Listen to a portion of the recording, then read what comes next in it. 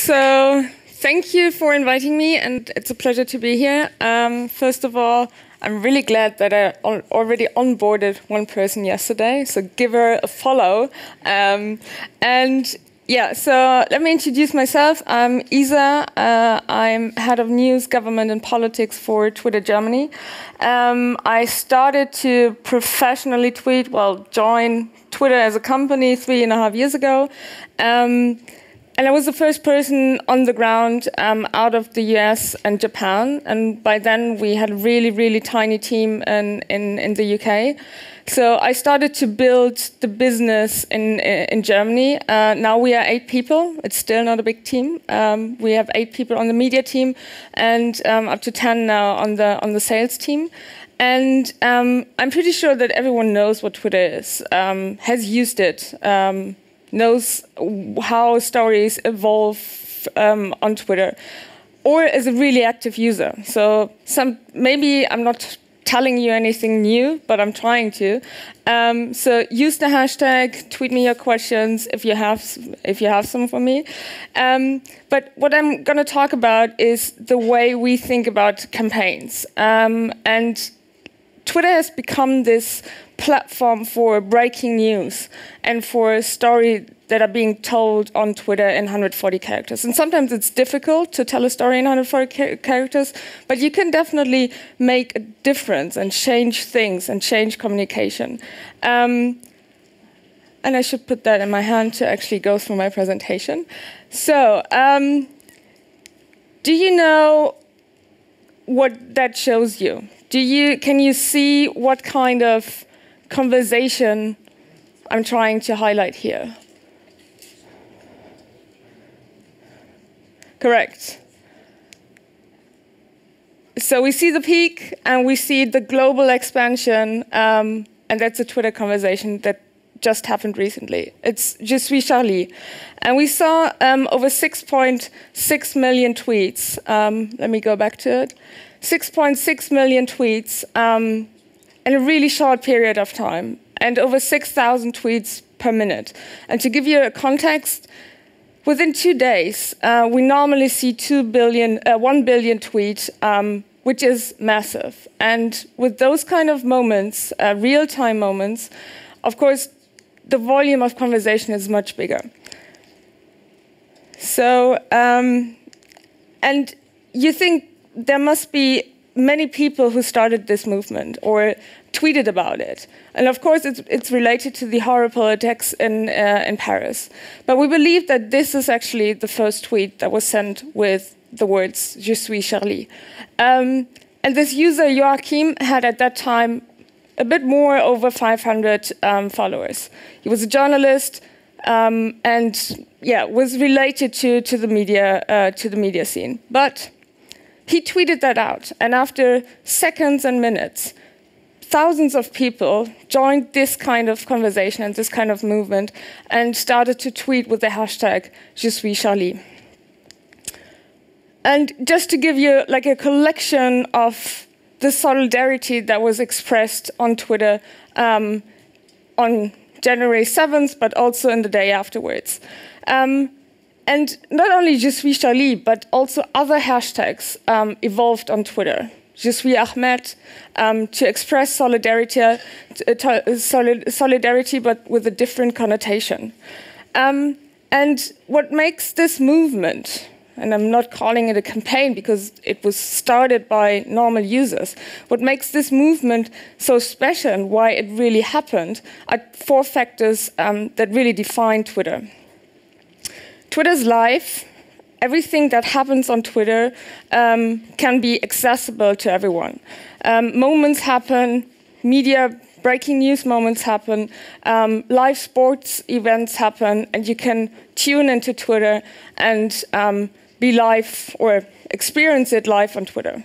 We're public, so every tweet you send is public, and people can tune into conversations without being actually signed into Twitter, so they can follow the conversations. Over 500 million tweets are sent every day. And of course, these events, these breaking news moments, accelerate this. Conversational. Twitter is, of course, conversational. So We sometimes, and you might know that, and it's a buzzword, so I have to say it, Twitter became the second screen for TV and live events. It became also the global stadium. So if I watched the World Cup, I was part of this entire huge global community tweeting about a goal or tweeting about winning the World Cup. I'm German, so I have to say that. And Twitter is also widely distributed. So content does not only live on Twitter in 140 characters, but you can actually consume tweets and Twitter conversation much more broadly. So being embedded on TV, being embedded on news sites, and even offline. And I'm going to talk about that later.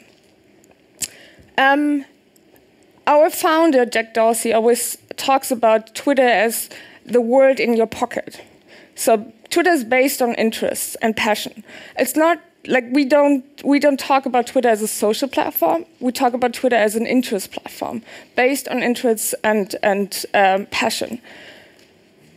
And always marked, of course, with hashtags or mentioning people. And some of you might have seen this stat already, but it's important. Twitter is more mobile and live than any other platform. Actually, we have more than 78% of our users use Twitter on a mobile device. So whenever you think about your campaign or telling a story, think about that the users are, you have to reach them on the mobile device. And also, over 62% say that they get information much faster and much quicker and much direct on Twitter. And also, two of three world leaders use Twitter, some more actively, some a bit silent. But those who are actually using Twitter in a really active way, like sharing behind-the-scenes photos, getting into dialogue with other world leaders, this has changed the political communication over the past years. So when we talk about campaign planning on Twitter, we always talk about storytelling in the moment, because there are these moments that happen every day. And you, of course, want to find the one specific moment where you can tune in and post a call to action to your followers and to the people you really want to reach. So it's all about them in the moment, because Twitter is live and public. So talking about moments, there are everyday moments, news everyday moments, TV everyday moments, but there are also moments that stick out, that kind of show you, wow, there is something happening on Twitter. And I talked about the World Cup already. This is the World Cup, shown by Twitter conversation. So users, brands, teams, and people around the world use Twitter during the World Cup to sit on this global sofa, to share experiences and to share excitement or anger or frustration, but for us, of course, sharing excitement when Germany won the World Cup. It also shows you that for your own campaign, you have to find these kind of moments. Those can be everyday moments, but it can also be a moment in the next 5 months where you think, okay, this is something that we take or want to take into account for planning our campaign. And there are millions of moments. And of course, these moments make it possible for you to connect to followers and to connect to the people you actually want to reach. So clients, customers, activists. And I'm going to show you how we differentiate the planning of a campaign on Twitter. So we talk about everyday moments. We talk about campaigns, long-term planned. We talk about reactive campaigns, and we talk about live. So getting into a live conversation that is already happening. And in a nutshell, I just want to show you a couple of examples that highlight these best practices, because I was supposed to talk about tools and how to use Twitter as a tool. But first of all, let me talk about how to connect actually with the users. So prepare the unexpected. All these everyday moments, they can be breaking news events where you want to dive in and use these unexpected moments for your campaign and for your storytelling. And then also use planned media and your own events to drive engagement and to, well, get in touch with your clients. And the third thing, which I think is really important, is building a community. Because the community can first give you feedback, and second, it can be your multipliers. So they can be the people who actually tell the story for you. They can spread the news on Twitter. They can be your activist or your kind of, well, staff, employees who tell the story for you. And to engage with them and to reach them and to give them something back and make them be part of that community is really important when building up the campaign. So talking about everyday moments. There are these moments where everyone knows, and I show you an example which I can't really talk about because it's related to stag do, like organizing stag do's, never done it before, and will probably not do it in my whole life. But the British Heart Foundation used this everyday situation to put a call to action, a really direct call to action on Twitter, and used Michael as a testimonial to tell his story. Why is it important to, well, not only have fun and get drunk, but donor? And so I think it's a really nice example of using an everyday story in order to give a call to action or publish a call to action on Twitter in 140 characters. Talking about reactive, there are all these discussions, topics being discussed in media and traditional media. So how can you use a debate that is already going on in traditional media to create a campaign out of it? This is a German example. Some of you might heard of it. It was a big, big issue in Germany, and I want to give you some context to that. So there was an article in 2013 about a politician who made some sexist comments directed at a journalist. That already led to media coverage. But on Twitter, there was a different conversation going on, a different debate going on. And Anna Wieczorek, the lady with the second tweet, she dived into this conversation, and she's actually an active feminist. She dived into this conversation and created the hashtag Aufschrei, which means outcry. And the hashtag outcry made it into every single media for a long time in Germany. And by the end, well, not by the end, it's still ongoing, but they actually won the Grimme Online Award for this Twitter campaign, because it was reactive on a debate that was already happening on traditional media. So talking about live, another German example, but I think everyone knows what I'm talking about. Live events happen. They can be TV related, they can be sports related, they can be music related. But these live events or these live moments can give you a great reach because people are already talking about a specific topic. So getting into that discussion is really key. And most of you know I'm a celebrity, get me out of here. It's a big deal right now in Germany. Everyone is tweeting about it with the hashtag Ibis.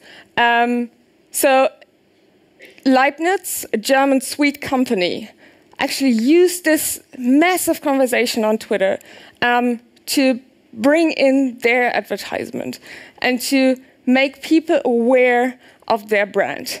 Not in a really typical advertisement way, but in a really funny and provocative way. And it's amazing to see, and this is just one example, this is amazing to see how people react on this kind of advertisement, because it's part of a broader conversation. Campaigns, long-term planned, with different kind of key moments and key moments. Campaigns can also be put into a different perspective or taking a different road when you have live campaigns live events during your campaign. So here's an example from Martin Schulz during the European election.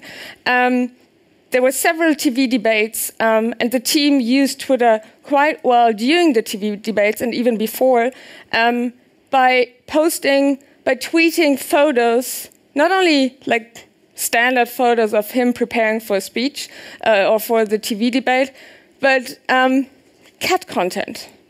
Always good. Not always. But it really made a difference, and it reached young people because, yeah, they were funny and they found a really unique tone on Twitter. And also what we learned is that because Martin Schulz not only tweeted in English or in German, he actually tweeted in a couple or multiple languages to reach the European audience, kind of. So it's a bit more than a hashtag, and I think I want to distill it down to 5 ingredients. I want to start with a unique hashtag. So first of all, search on Twitter if people are already talking about you, and what kind of hashtags they're actually using, if they're using any. And then create a unique hashtag where people, if they see a tweet with a hashtag, get interested in. Click on the hashtag and see the entire conversation. Second, emotional message to drive empathy. Kind of use everyday situations, everyday stories. Third, be authentic, find a tone. Similar to what Leibniz did during the I'm a celebrity, get me out of here conversation. So find a personal tone, a funny tone, when you think about your audience you're actually talking to. Fourth, influential multipliers. Look at your followers and double check who's actually following you. If they're journalists, if there are influential people on Twitter with a good reach, engage with them, because they can be the people who actually tell your story or tell the story in your for you. And fifth, meaningful media. So a tweet has 140 characters, but it can have much more. It doesn't have to be only text. And with the Michael Schulz example, I wanted to stress that using media, photo and video, and even audio files, is bringing you much more engagement and increases your engagement and your engagement rates to a really great level. So I was supposed to talk about tools. I give you a quick run through some of the basic tools you should know. And if you have questions, come to me afterwards. So we always talk about Twitter as a teaser, as a trailer, as building the bridge between the online conversation on Twitter and the traditional media. So we see Twitter as a companion to traditional media. And we have several tools to actually do that, to tell a story, but also to tease different stories.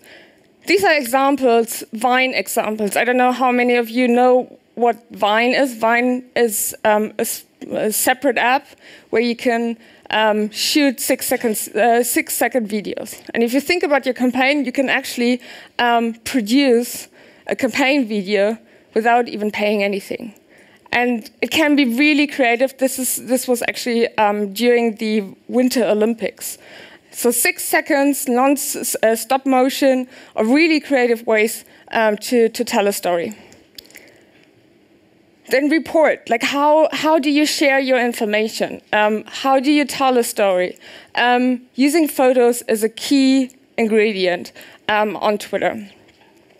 So we launched a couple of months ago the possibility to actually tweet 4 photos. So you can create a photo gallery to even show more than just a tweet with one photo. And what we also found, especially in the political sphere, is that infographics make a huge difference. I mean, you can put a lot of numbers in 140 characters, but don't think that people really understand it. If you have an infographic that is creative and that tells you the story right away, people will engage in it with it and understand what you try to tell them. It's also about capturing the attention. And we just this week launched a new video product. And it's based on another video product we launched a couple of weeks ago, where you can actually upload a video on your browser, post it to Twitter, and it's out there already. And this Tuesday, we launched a video camera, where you can actually open your Twitter account, type in your text, record a video, and tweet it out. So you can actually capture key moments or key messages, key statements. And Steffen Seibert, this is an example of the actual video player, where you upload a video to your browser. So to finish, it's also important that you not only reach the audience who's already on Twitter, who's following you or knows that you're on Twitter, but also reach the audience that might not know about your campaign on Twitter and might not know that they should follow you. So putting your hashtag, putting your Twitter handle onto offline, well, Twitter wars or even motorcycles of the Scottish police, to drive awareness of you being active on the platform. And we actually see that this really helps, especially during election campaigns. Having the @handle and the hashtag on the campaign bus, for example, makes a huge difference. So you're doing all that, but you want to know how people react. So what do they say about you? And one really good platform or really good tool is TweetDeck. It belongs to Twitter, and it gives you the possibility to actually monitor different topics, different conversations that are actually happening. And it also gives you the possibility to schedule tweets. So if you're planning ahead, so if you plan your week ahead, you can actually schedule tweets, and you don't have to think about in that second, oh my God, I have to write a creative tweet. How should I do that? So really an important tool. And then by the end, you want to measure. You want to understand, okay, how do my users, how do my followers really engage with my campaign on Twitter? And we are constantly changing and updating our analytics tool. And nowadays you can actually see not only how many people retweeted or favorited your tweets, but you can already measure the impressions, like the potential reach your tweets got over 7 days, over 28 days, and it gives you a good sign of what works on Twitter and what not.